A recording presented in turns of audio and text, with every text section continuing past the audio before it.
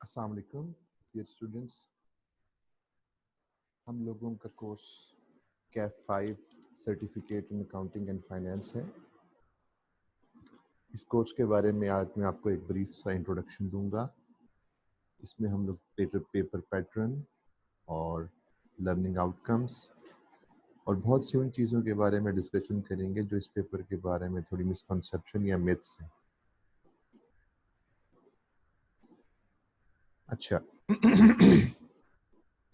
सबसे पहले एक बात ध्यान में रख लो कि जो कैफ 1 आपने पढ़ा है ना, आप लोगों ने कैफ वन में आपने इंट्रोडक्शन टू अकाउंटिंग पढ़ा था, ठीक है। ये जो कैफ 5 है ये कैफ 1 के कॉन्सेप्ट पर ही बिल्डअप होगा। जो कुछ आपने कैफ 1 में पढ़ा है वो कैफ 5 में एज्यूम्ड है कि आपको आता है और इसी के ऊपर आपका जो पेपर है ये बिल्डअप किया जाएगा, ठीक है। और जिस तरह कैफ 5 में आप लोगों ने देखा कि कैफ 5 में हम लोगों के पास जिस तरह चंद तो बेसिक टॉपिक्स थे और हमने कहा कि पेपर में लाइक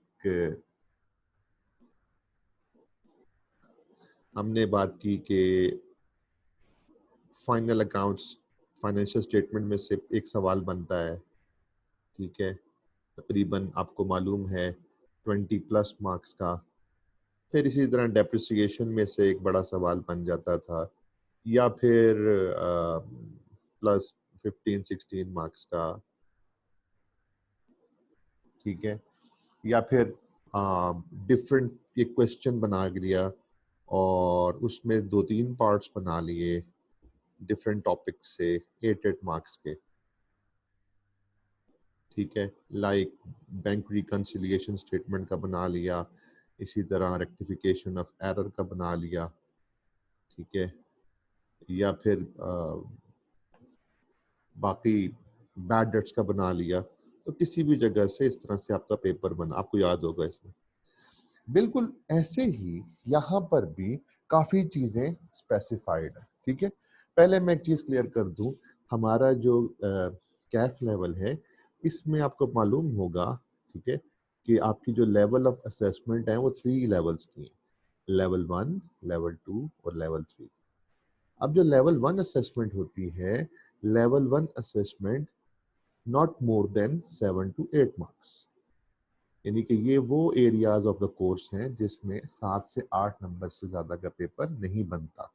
लेवल 2 असेसमेंट जो है ये वो एरिया ऑफ द पेपर है जिसमें 15 या फिर 21 मार्क्स तक पेपर बन सकता है। और लेवल 3 असेसमेंट है जिसमें 21 मार्क्स से ज़्यादा का पेपर बन सकता है। एज फार एज आपका कैफ 1 कंसर्न था, कैफ 1 जो हमने आपको उसमें आपने देखा, उसमें लेवल 1 और लेवल 2 की असेसमेंट थी। बिल्कुल वैसे ही कैफ 5 में भी हमारी जो लेवल ऑफ असेसमेंट है वो ज़्यादातर 1 और 2 ही है। तो यहाँ से एक बात तो आपको क्लियर हो गई कि आपको जो सवाल है वो लेवल 1 और 2 लेवल तक है, ठीक है। आगे अगर मैं आपको फर्दर बाय पेपर की थोड़ी डिस्ट्रीब्यूशन बताऊं अगर, तो उसमें ना इस तरह से है कि 30 मार्क्स जो है, अप टू 30 मार्क्स जो है आपके पास, वो short questions plus MCQs plus true false plus fill in the blanks plus theory plus 7 to 8 marks के क्वेश्चन। तो ये जो 30 मार्क्स का एरिया है ये तकरीबन आप समझ लें आपका एक ऑब्जेक्टिव टाइप का एरिया है। और जो रिमेनिंग 70 मार्क्स हैं, आप अब गैस कर सकते हैं कि जो रिमेनिंग 70 मार्क्स हैं वो लॉन्ग क्वेश्चंस के हैं। अच्छा, अब एक चीज़ जो मैंने आपको लाजमी बतानी है कि in order to pass this exam आपको 50 मार्क्स लेने हैं आउट ऑफ 100। जहां पे 50 मार्क्स लेना बहुत मुश्किल होता है, वहां पर 50 मार्क्स लेना आसान भी तो है कि यार आपको 50 मार्क्स लूज करने हैं तब भी पेपर आपका पास हो सकता है। सारा मसला कहाँ पे अराइज होता है? सारा मसला स्टूडेंट्स को फेस करना पड़ता है कि जो वो 3 आवर्स का एग्जाम है उसमें जो स्टूडेंट है वो परफॉर्म कैसा करता है, परफॉर्मेंस ऑफ स्टूडेंट। आपने जितनी मर्जी अच्छी प्रिपरेशन की हुई हो, लेकिन अगर आप वो 3 आवर्स ऑफ एग्जामिनेशन जो है उसको अगर आप ठीक तरीके से यूटिलाइज नहीं कर पाए तो डेफिनेटली बड़ा शॉक लगेगा आपको, आपको काफ़ी चीज़ जो है वो अफेक्ट कर सकती है। हमारा इस कोर्स का मेन मकसद भी यही होगा, मैं आपको लेके भी इसी तरह चलना चाहूँगा कि जिसमें हम लोग फोकस करेंगे time bound questions, time bound test series के ऊपर, और वो जो हम टेस्ट्स वगैरह रखेंगे वो टाइम बाउंड होंगे, ठीक है। और उसमें हम किसी ना किसी तरह एक उसमें मॉडल बनाएंगे कि जिसमें आप लोगों को एक तरह से एक चैलेंज में डाला जाए कि आप लोग इनकरेज हो इस बात के ऊपर कि वो टाइम बाउंड टेस्ट को परफॉर्म करें ताकि आपको एग्जाम डे पे सिचुएशन फेस करने में आसानी हो सके, ठीक है। जो सबसे बड़ा इशू जो एग्जाम में फेस करना पड़ता है ना, वो स्टूडेंट्स को ये होता है कि यार only look for those adjustments, please only look for easy marks first. Paper में आपको इजी मार्क्स बहुत सारे अवेलेबल होते हैं। होता पता है क्या है? होता यह है कि वो इजी मार्क्स जो हैं स्टूडेंट्स कंफ्यूज कर देते हैं किसके साथ, जो थोड़े मुश्किल मार्क्स होते हैं। छोटी सी बात बताता हूँ, अगर आपने किसी चीज़ की स्टेटमेंट ऑफ फाइनेंशियल पोजीशन बनानी है या statement of cash flow statement बनानी है या statement of changes in equity बनानी है, यार उसका एक फॉर्मेट है, उस फॉर्मेट में आपने वैल्यूज डालनी है और जो एडजस्टमेंट्स आपको आती हैं उनके नंबर आपको मिल जाएंगे, ठीक है। होता इस तरह से है कि अगर एक क्वेश्चन में लेट्स से 20 मार्क्स का क्वेश्चन है, उसमें 6 7 8 एडजस्टमेंट्स हैं, किसी स्टूडेंट को एक नहीं आती, किसी स्टूडेंट को दो नहीं आती, किसी को तीन नहीं आती। अब सिचुएशन ये होती है कि स्टूडेंट का कॉन्फिडेंस लेवल किसी एक क्वेश्चन के खराब होने से बड़ी बुरी तरह शटर हो जाता है। मैंने आपको पूरे के पूरे इस पेपर में यही बात सिखानी है कि यार गो फॉर योर बेस्ट। जो पेपर तुम्हें सबसे अच्छे आता है सबसे पहले उसको परफॉर्म करो। लेट्स से तुमने 20 नंबर का सवाल है, स्टेटमेंट ऑफ कैश फ्लो का सवाल है, 20 नंबर का सवाल है, उसमें से तुमने एक या दो एडजस्टमेंट जो है वो तुम्हें नहीं आती, यार बाकी एडजस्टमेंट तो कर लो। एटलीस्ट उसका फायदा ये होगा कि तुम्हें 20 मार्क्स में से 10 12 13 मार्क्स तो तुम्हें मिल जाएंगे ना। और तुम्हें पता है कि in the end, at the end, एक एक मार्क जो है वो भी मैटर करता है। 48 49 47 ये भी देखिए 30 मार्क, एक एक मार्क्स आपका यहाँ पे मैटर करता है। तो कुछ ना कुछ करना है, हमने पेपर को जाया नहीं होने देना, हमने पेपर की बेस्ट जो है ना वो हमने निकालनी है। तो इसलिए कोशिश करें कि यार जितना पेपर आता है, जो एडजस्टमेंट्स आती है उनको कॉन्फिडेंटली परफॉर्म करें। जब टाइम बच जाए तो फिर दोबारा से सोचें उन पेपर के ऊपर कि जो आपको नहीं आ रहा था, अगर उनमें से फिर हो जाता है देन फिर वो सॉल्व करें। मैं हमेशा से स्टूडेंट्स को कहता हूं कि अपने सबसे पहले वो वाला पेपर अटेम्प्ट करना है जो कि आपको आता है, जो आपको इजी लगता है, ठीक है। फिर आपने वो पेपर अटेम्प्ट करना है जो आपको डिफिकल्ट लगता है, और सबसे लास्ट में आपने वो पेपर अटेम्प्ट करना है जो आपको वेरी डिफिकल्ट लगता है, ठीक है। कम से कम इन दो के ऊपर मैं आपको गारंटी के साथ कह रहा हूं, ये दो एरियाज अगर आपने अच्छे कर लिए, जो पेपर आपको आता है, लेट्स से अगर मैं इसको डिवाइड करूं कि जी 33 मार्क्स जो है ना वो इजी के हैं, 33 मार्क्स डिफिकल्ट के हैं, 33 मार्क्स वेरी डिफिकल्ट के हैं। यार अगर आप ये नोट करो कि अगर आप दो सेक्शन से ही अच्छे नंबर उठा लो तो तीसरे वाले से तो आपको थोड़े से नंबर में मिल जाए तो आप पेपर पास कर सकते हो। इसलिए प्लीज प्लीज प्लीज इस चीज पे फोकस रखना है हमने कि यार अगर कुछ चीजें एग्जाम में आपसे मिस हैंडल हो जाती हैं तो उससे अपना कॉन्फिडेंस लेवल मत शटर करो, मत शटर करो। आई कैप के जो पेपर का पैटर्न है वो इस किस्म का मौजूद है कि जिसमें आपके पास एनफ चांसेस ऑफ पास मौजूद हैं। लोगों का मेजॉरिटी की जो फेलियर रेट है FAR1 की, जो मैक्सिमम जो बड़ी मिथ बनी हुई है, वो यही वजह है कि स्टूडेंट अपना कॉन्फिडेंस लेवल गलत एडजस्टमेंट्स करने की वजह से टाइम जाया करते हैं, कॉन्फिडेंस लेवल शटर करते हैं, एट द एंड सफर करते हैं। देखो यार, अच्छा पेपर अटेम्प्ट किया हुआ 75-80 मार्क्स का, उसमें से तुम 80 में से 55 60 65 मार्क्स में ले सकते हो। लेकिन यार एक बात ध्यान में रखना, अगर तुमने एक एवरेज सा पेपर 100 मार्क्स का भी अटेम्प्ट किया हुआ है ना, तो चांसेस पास होने के फिर भी शायद ना हो।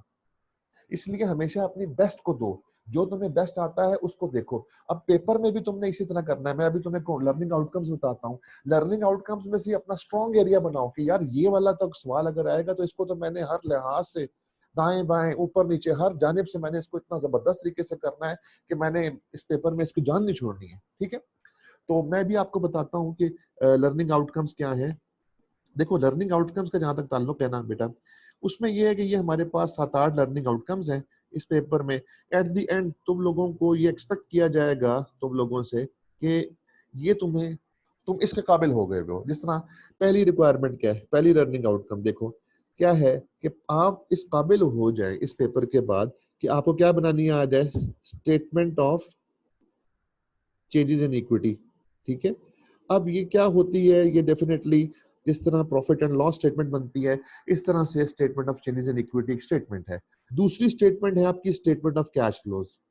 ठीक है, ये आपका जो है पहला लर्निंग आउटकम है। जिस तरह आपने कैफ 1 में पढ़ा था स्टेटमेंट ऑफ फाइनेंशियल पोजीशन और statement of profit and loss, अब मैं आपको थोड़ा सा चीज बता दूं कि हमारे पास मेनली 4 स्टेटमेंट्स हैं। ठीक है, हम लोग जब अकाउंटिंग पढ़ते हैं ना, तो अकाउंटिंग में हम मेनली 4 स्टेटमेंट्स बनाते हैं। ठीक है, उन 4 स्टेटमेंट्स में अगर मैं बात करूं ना, तो एक स्टेटमेंट होती है statement of total comprehensive income की, एक होती है जिसको प्रॉफिट एंड लॉस कहते हैं, एक होती है स्टेटमेंट ऑफ फाइनेंशियल पोजीशन की, एक होती है स्टेटमेंट ऑफ कैश फ्लोज की, एक है आपके पास statement of changes in equity. ठीक है, और भी स्टेटमेंट्स हैं, रिकंसिलिएशन स्टेटमेंट्स होती हैं, लेकिन 4 बड़ी बड़ी मेन ये स्टेटमेंट्स हैं। अब कैफ वन में आपने किसी ना किसी हद तक ये 2 कर लिए हैं, तो 2 ये रह गई हैं, ये डेफिनेटली आपकी FR1 में चेक होंगी। ठीक है, और बड़े एक इसमें इंटरेस्टिंग चीज ये है कि इंडिविजुअल एंटिटीज की चेक होंगी, ये ग्रुप की नहीं। ठीक है ना, कंसोलिडेटेड नहीं, नॉट कंसोलिडेटेड, क्योंकि हमारे कोर्स में फिलहाल कंसोलिडेशन तो है नहीं है, तो कंसोलिडेटेड कैश फ्लो या consolidated statement of changes in equity नहीं चेक होगी। ठीक है, अब दोबारा से जरा इसको देखो कि हमारे पास जो लर्निंग नंबर आउटकम आउटकम 1 है, उसमें स्टेटमेंट ऑफ कैश फ्लो है और statement of changes in equity है। ठीक है, लर्निंग आउटकम 2 अगर आप देखो, उसमें क्या है, interpret and evaluate the financial statement with the help of ratio analysis.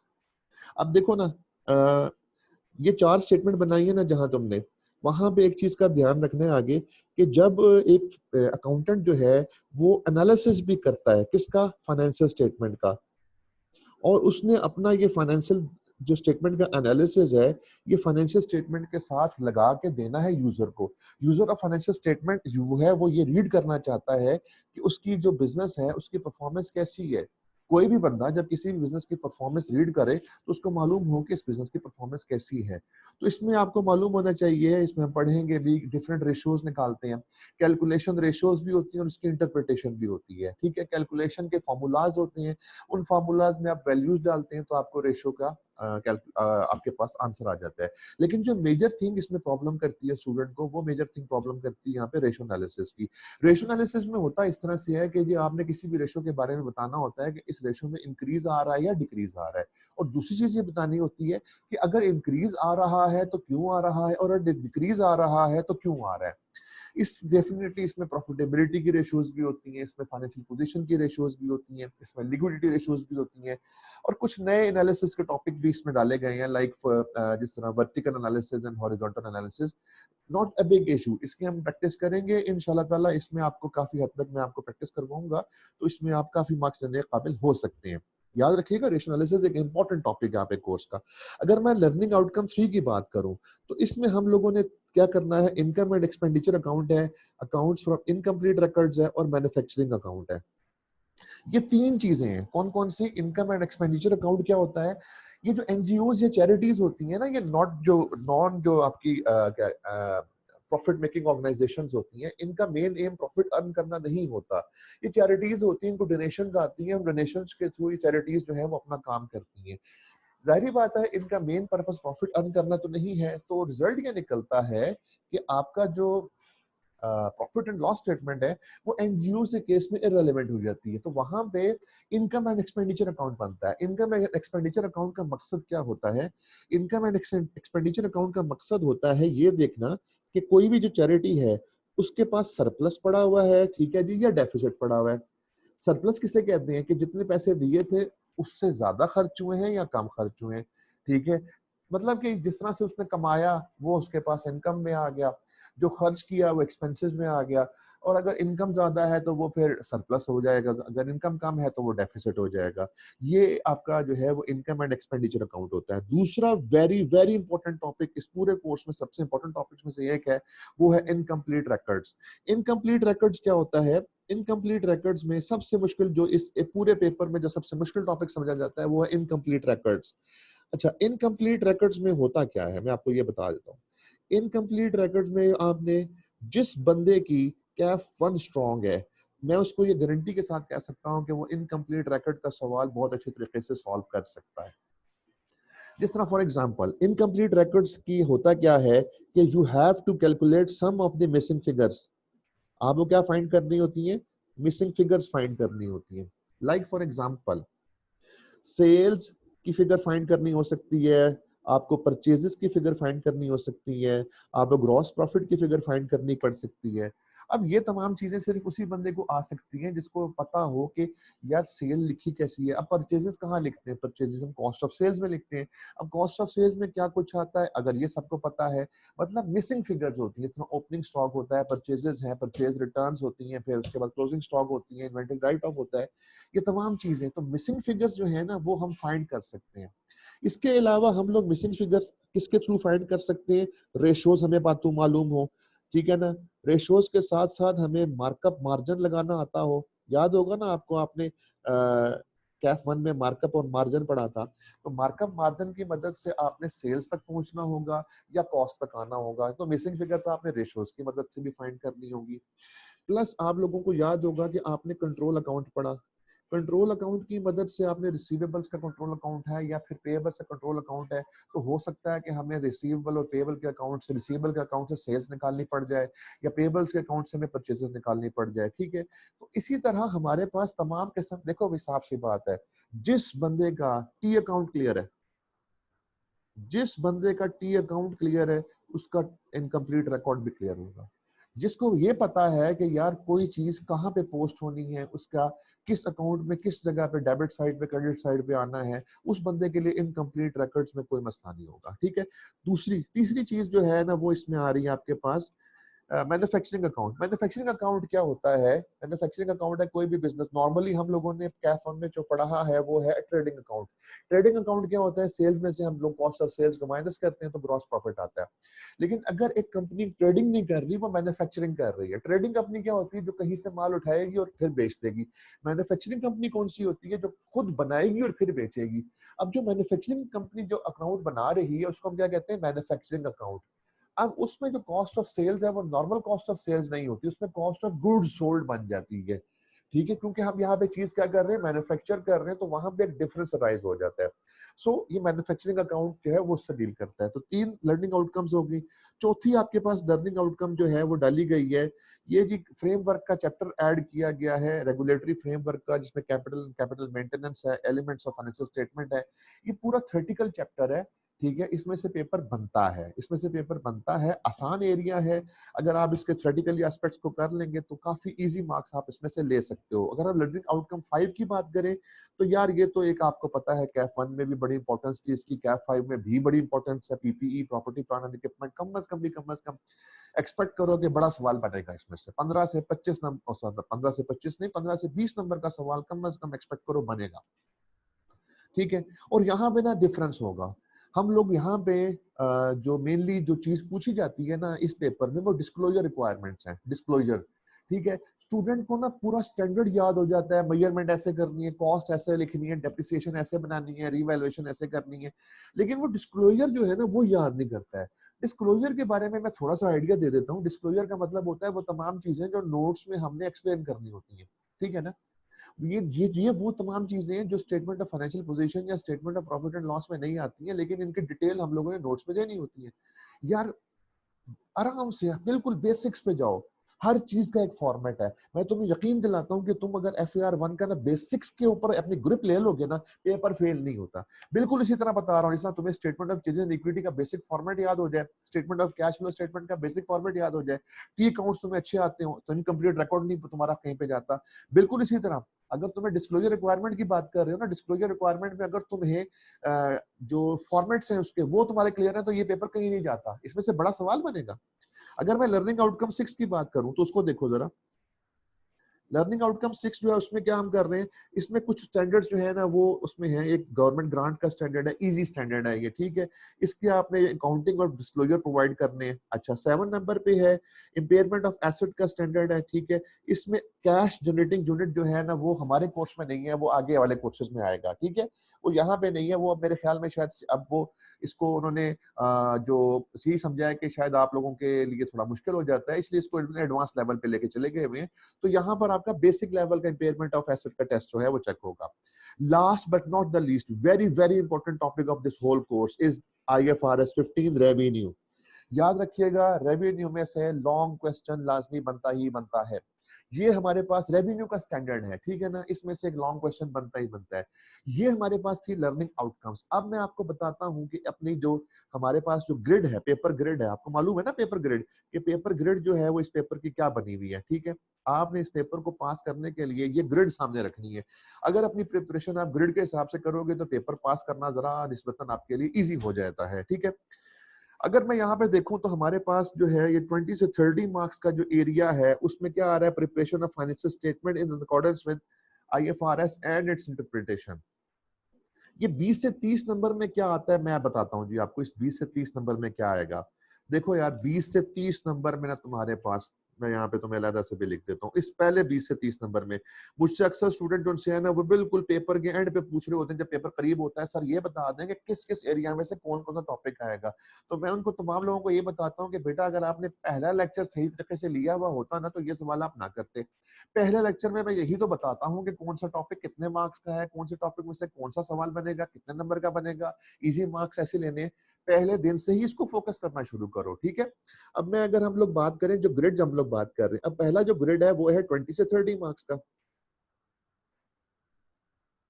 ठीक है ना। अब जो ये है इसमें हमारे पास क्या क्या मेन चीजें आ रही हैं, देखो इसमें एक तो आ रही है statement of changes in equity, ठीक है। ये लेवल 1 की टेस्टिंग है। इसका मतलब है statement of changes in equity जो है ना तुम्हारे पास 7 से 8 नंबर ज्यादा का नहीं आएगा, बेसिक लेवल का आएगा।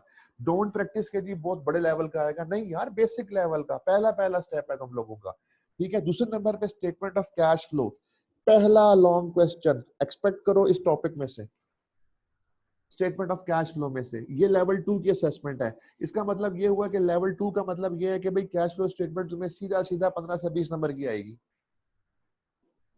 ठीक है। और तीसरी चीज क्या है, तीसरी चीज है ratio analysis.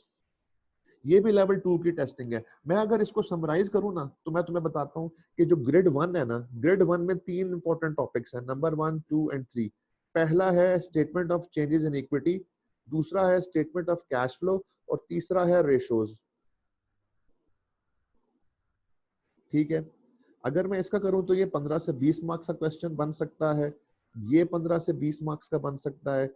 Statement of changes in equity जो है उसके अंदर इतनी कैपेसिटी नहीं है कि उसमें से 15 से 20 मार्क्स का बने, उसके अंदर होता है 7 से 8 मार्क्स का। अब सिचुएशन कुछ इस तरह से होती है एग्जाम के अंदर कि अगर वो देता है ना तुम लोगों को स्टेटमेंट ऑफ कैश फ्लो 15 से 20 नंबर की, तो साथ में तुम्हें मिला के दे देता है statement of changes in equity 7 से 8 नंबर की, पूरा हो गया ना ग्रिड। या फिर तुम्हें 15 से 20 नंबर की रेशो दे देता है और साथ में statement of changes in equity दे देता है 7 से 8 नंबर की। अच्छा, ऐसे भी हो सकता है कि तुम्हें 10-12 नंबर की कैश फ्लो स्टेटमेंट दे दे या 15 नंबर की कैश फ्लो स्टेटमेंट दे दे और 10-12 नंबर की तुमसे कहे रेशो एनालिसिस करो। तो यार ये 3 टॉपिक्स तुमने प्रिपेयर करने हैं, बस 3 टॉपिक्स। जिस बंदे के ये 3 टॉपिक्स क्लियर है उसको 20 या 30% पेपर उसने सॉल्व कर लिया। ये टॉपिक्स इजी टॉपिक्स हैं। देखो, statement of changes in equity का एक फॉर्मेट है, स्टेटमेंट ऑफ कैश फ्लो का भी एक फॉर्मेट है, रेशियोज के फॉर्मूलाज इंटरप्रिटेशन है। अगर तुम इसमें से 30 या 25 नंबर के पेपर में से तुम एक अच्छे नंबर ले सकते हो, ले गए तो तुम्हें एक बड़ा जबरदस्त कॉन्फिडेंस लेवल तुम्हारा बूस्ट करेगा। और अब तुम्हें मैं ग्रिड जो है वो 2 के बारे में बताता हूँ कि ग्रिड 2 क्या है। देखो ग्रिड 2 ग्रिड 2 जो है वो कितने नंबर की आ रही है? वो आ रही है 25 से 35 नंबर की, जो ग्रिड 2 बनी है, ठीक है ना। ये 25 से 35 मार्क्स की आ रही है। अब इसमें सिचुएशन पता है क्या है? इसमें ये है कि इसमें वो तुमसे क्या पूछ रहा है, preparation of income and expenditure account, incomplete record and manufacture, 3 topic है, इसमें भी 3 टॉपिक है, ठीक है। मैंने देखो तुम्हें एक पेपर बिल्कुल ओवरऑल जो है ना इसका ऑपरेशन करके दे रहा हूँ कि तुम्हारे पास इन इन टॉपिक्स में से ये सवाल कितने कितने नंबर के बनेंगे, ठीक है जी। इसमें तुम्हारे पास जो पहला जो क्वेश्चन बन सकता है वो है इनकम एंड एक्सपेंडिचर अकाउंट। ये लेवल 2 का है जी, ये आपके पास बड़ा लेवल का सवाल बन सकता है 15 से 20 नंबर का। दूसरा आपके पास इनकम्प्लीट रिकॉर्ड है, ये भी 15 से 20 नंबर का बन सकता है। और तीसरे नंबर पे है मैन्युफैक्चरिंग अकाउंट, ठीक है। मैन्युफैक्चरिंग अकाउंट की अगर मैं लेवल ऑफ असेसमेंट की देखूं ना, जरा मैं आपको बताता हूँ, ये देखो जरा कि मैन्युफैक्चरिंग जो अकाउंट है ये लेवल 2 लिखा हुआ है, ठीक है। लेकिन आज तक कभी उसने मैन्युफैक्चरिंग अकाउंट को उसने कोई ज्यादा बड़े नंबर पे चेक नहीं किया, ठीक है। लेकिन हम फिर भी कहते हैं कि हम इसको 8 से 10 नंबर के वेटेज जरूर देते हैं कि यार 8 से 10 नंबर का पेपर इसमें से बन सकता है। अब मेरे भाई एक चीज ध्यान में रख लेना, ठीक है ना, एग्जामिनर का जो पेपर पैटर्न रहा हुआ है वो ये रहा हुआ है कि वो इन दोनों में से ना एनी ऑफ जरूर करता है कि या तो इनकम्प्लीट रिकॉर्ड देता है या फिर वो इनकम एंड एक्सपेंडिचर देता है। बड़ा ही बेसिकली बड़ा ही एक रेयर केस होता है जिसमें वो दोनों इकट्ठे सवाल दे दे। और 80% प्लस चांस है कि वो कहां से ये एरिया बनाएगा, इनकम्प्लीट रिकॉर्ड से। यार अब मेरी बात सुनो, लेट्स से इनकम्प्लीट रिकॉर्ड का सवाल आ गया 15-18 नंबर का, तो रिमेनिंग जो 10-12 नंबर बच गए हैं वो डेफिनेटली कहां से आ रहे हैं, मैन्युफैक्चरिंग अकाउंट से आ रहे हैं, ठीक है। या इनकम एंड एक्सपेंडिचर अकाउंट। अच्छा, एक इनकम एंड एक्सपेंडिचर जो अकाउंट है ये मैन्युफैक्चरिंग अकाउंट है। अगर लेट्स से तुम्हें इनकम्प्लीट रिकॉर्ड का फुल सवाल नहीं आता, वो तुम्हें कहता है जी कि पेपर मैंने बनाना है इनकम्प्लीट इनकम एंड एक्सपेंडिचर से और मैन्युफैक्चरिंग से, तो मैं आपको हल बता देता हूँ। उसने हर हाल में इनकम्प्लीट रिकॉर्ड को चेक करना ही करना है, आप जो मर्जी कर लो। इसका मतलब ये हुआ कि अगर वो इनकम एंड एक्सपेंडिचर स्टेटमेंट तुमसे बनवाएगा ना, तो भी तुमसे वो इनकम्प्लीट रिकॉर्ड के थ्रू ही बनवाएगा। इसका मतलब है कुछ एडजस्टमेंट्स ऐसी उसने दी हुई होंगी, इसमें पहले तुम्हें मिसिंग फिगर्स फाइंड करनी होगी। पहले तुम वो मिसिंग फिगर्स फाइंड करोगे, फिर तुम इनकम एंड एक्सपेंडिचर अकाउंट बनाओगे। जिस तरह for example income and expenditure account बनाने के लिए तुम्हें कॉस्ट की जरूरत होगी ना, तो वो मार्कअप देगा, मार्जिन देगा, उस मार्कअप मार्जिन की मदद से तुम मिसिंग फिगर फाइंड करते हुए कॉस्ट ऑफ सेल्स तक पहुंचोगे, या फिर कुछ भी आप बनाओगे उसमें, वहां पढ़ेंगे उसमें, तो इस तरह से मिसिंग फिगर तुम्हें फाइंड करनी पड़ेगी। इसका मतलब है कि ये जो ग्रिड 2 है ना जी, इसका सबसे इंपॉर्टेंट वाला एरिया इनकम्प्लीट रिकॉर्ड है, ठीक है। लेकिन बाकी भी इंपॉर्टेंट है, मैं ये नहीं कह रहा बाकी नहीं इंपॉर्टेंट है, लेकिन बाकियों की जो वेटेज है वो कम है, ठीक है। अब मेरे मेरे भाई तुम लोगों के सामने ना मैंने पेपर रख दिया, ये 35-25 नंबर का है, ये 20 से 30 नंबर का है। जिसका ग्रिड 1 और ग्रिड 2 क्लियर है वो आराम से अगर इस 50 से 60 नंबर के पेपर में, लेट्स से जी उस बंदे ने 45 से 60 के नंबर के पेपर में उसने 30 प्लस का टारगेट उसने रखा है, ठीक है ना, तो ग्रिड 3 में तो उसको बड़े कम मेहनत करनी पड़ेगी। अपनी तैयारी को ना अकॉर्डिंग टू ग्रिड रखो, ठीक है ना। अब ग्रिड 3 पे देखो जरा क्या सिचुएशन है। ग्रिड 3 पे सिचुएशन जो बन रही है वो ये है जी कि तुम्हारे पास जो बाकी पेपर है ना वो 40 से 50 नंबर का है, जो बाकी एरियाज रह गए हैं। अब मैं तुम्हें बताता हूँ वो एरियाज कौन कौन से हैं।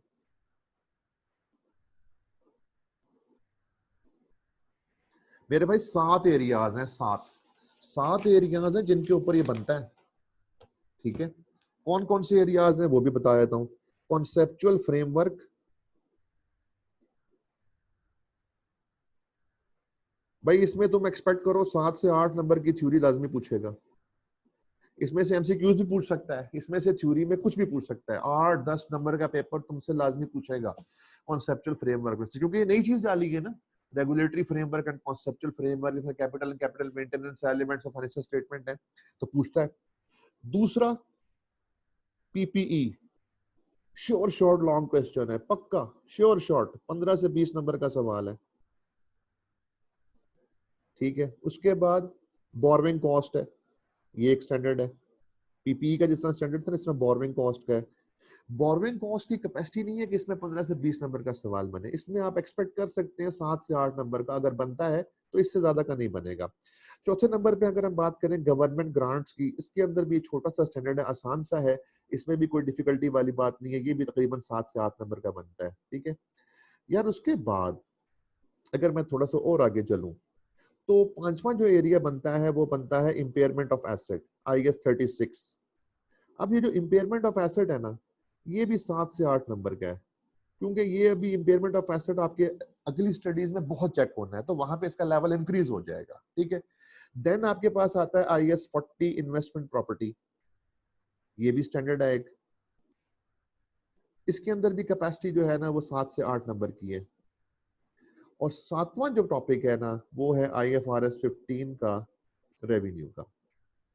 इसके अंदर भाईजान फुल कैपेसिटी है, इसके अंदर भाई मेरे पूरी फुल कैपेसिटी है। अब इन 7 टॉपिक्स में से कहां से पेपर बनता है उसकी मर्जी, वो चाहे जो मर्जी करे, लेकिन मेरे ख्याल में जो मैं असेस करता हूँ वो ये है, आपके सामने भी सिचुएशन आ गई है, तो की 2 मोस्ट इंपॉर्टेंट टॉपिक्स हैं वो बचते हैं कौन से वाले, आपके पास PPE है और IFRS 15 रेवेन्यू है। ठीक है ना। तो इन दोनों में आप नोट करें लॉन्ग क्वेश्चन बन रहा है इसमें, बाकियों में शॉर्ट क्वेश्चन बन रहा है। ठीक है। IFRS 15 डिफिकल्ट एरिया है, नया स्टैंडर्ड आप लोग इसमें, आप लोगों ने अभी पहले कभी नहीं पढ़ा हुआ इसमें, अपने कैफ 1 में भी नहीं पढ़ा था, लिहाजा इस पे फोकस करना बड़ा जरूरी होता है। ठीक है। वो मैं बताता हूँ कैसे हम फोकस करेंगे। अब मैं पेपर को अगर समराइज करूँ तो हमारे पास 4 बड़े क्वेश्चन निकलते हैं। एक क्वेश्चन जो है ना मैंने आपको बताया वो है स्टेटमेंट ऑफ कैश फ्लो का, ये आप एक्सपेक्ट कर सकते हैं 15 से 21 नंबर का। ठीक है। एक क्वेश्चन मैंने आपको बताया वो आप एक्सपेक्ट करें कहां से, PPE से, ये भी आप 15 से 20 नंबर का एक्सपेक्ट करें। एक क्वेश्चन मैंने आपको अभी बताया IFRS 15 रेवेन्यू से आ सकता है। ठीक है ना, 15 से 20 नंबर का। और एक मैंने बताया था आपको क्वेश्चन नंबर 4 में इनकम्प्लीट रिकॉर्ड्स।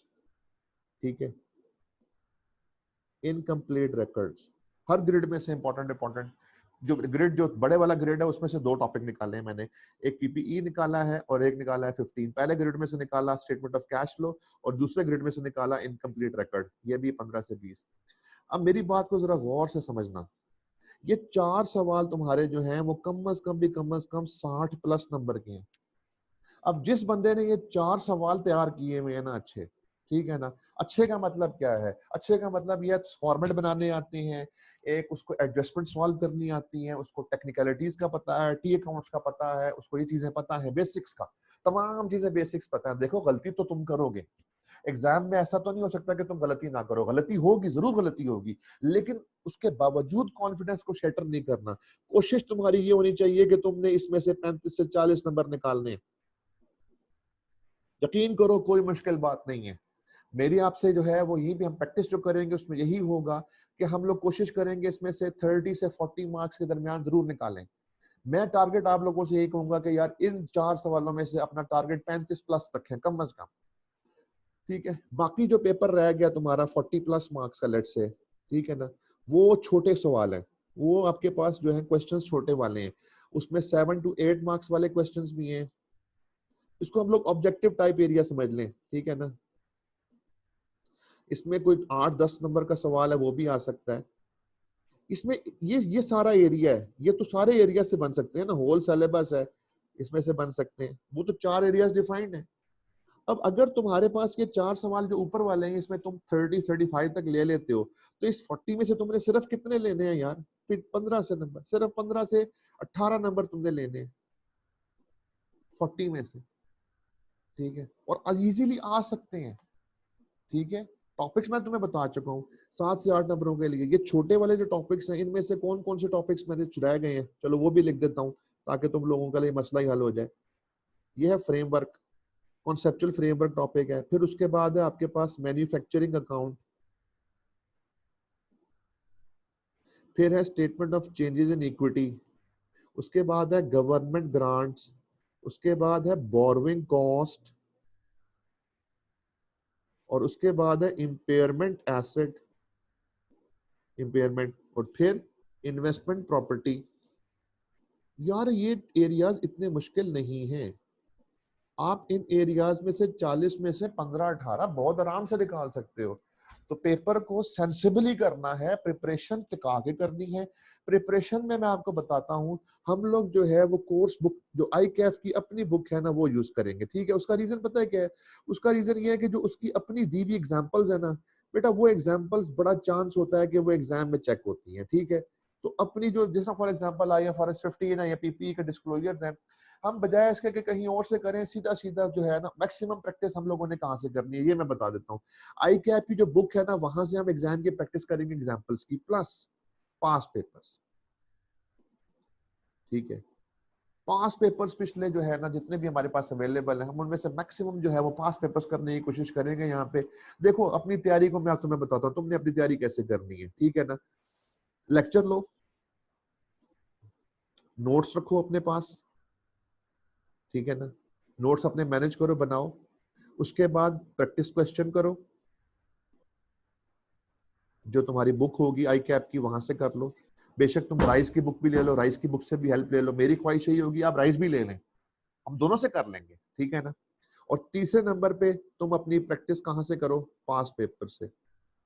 यार बिलीव करो, ये तीन सिर्फ और सिर्फ तुम लोगों ने जो है ना स्टेप्स फॉलो करने हैं। 11 टॉपिक्स हैं, 11 चैप्टर हैं तुम्हारे टोटल, 11 चैप्टर्स हैं पूरे के पूरे कोर्स में। उन 11 चैप्टर्स पे ये तीन स्टेप्स तुमने फॉलो करने हैं, इंशाल्लाह ताला बड़े आराम से पेपर निकल सकता है। लेकिन उसके लिए पहला स्टेप जो है ना वो यही है, तुमने विलिंगनेस शो करनी है। विलिंगनेस ये है कि अकाउंटिंग जो है ना वो रटे से नहीं आएगी, अकाउंटिंग जो है ना वो सुस्ती से भी नहीं आएगी, अकाउंटिंग आएगी चुस्ती से। चुस्ती का मतलब ये है कि लेजी होके बंदा अकाउंटिंग सीखेगा, वो सीखेगा नहीं। अकाउंटिंग की तुम जितनी प्रैक्टिस करोगे ना उतना ही तुम्हें फायदा होगा। बार बार करो प्रैक्टिस, बार बार करो प्रैक्टिस, याद करते जाओगे तो इसको समझ आती जाएगी, ठीक है ना। तो जितना प्रैक्टिस करोगे फिर हम क्वेश्चन जो है ना, हाँ एक चीज मैं मिस कर गया, मैं टेस्ट सीरीज भी तो लूंगा ना, तुम्हारी टेस्ट सीरीज भी होगी। अब जो टेस्ट सीरीज हम लोग करेंगे उसमें हम टेस्ट करेंगे तो उससे तुम्हारी असेसमेंट भी हो जाएगी उसमें, ठीक है। सो ये है कि मैंने ये आपको ओवरऑल ब्रीफ सा एक इंट्रोडक्शन दिया है इसके ऊपर। बाकी इंशाल्लाह ताला जब आप लोग क्लास हम लोग शुरू करेंगे तो वहां पे हम लोग अपना पहला चैप्टर जो है उससे हम लोग स्टार्ट करेंगे, जो हमारा पहला टॉपिक होगा। और उसमें जो भी आप लोगों के इश्यूज हुआ करेंगे आप मुझे बताएंगे वहां पे कि हमें क्या इश्यूज आ रहे हैं, ठीक है। हम लोग उसको कवर करेंगे, पूरा का पूरा हमने एक मॉडल उसका बनाया हुआ है, उसको हम लोग देखेंगे। सो आई होप इंशाल्लाह ताला आप लोगों की तमाम चीजें क्लियर हो चुकी हुई होंगी। इवन फिर भी अगर आप लोगों को कोई इश्यूज है तो आप बताइएगा जरूर, ठीक है जी। Take care, thank you so much, अल्लाह हाफिज।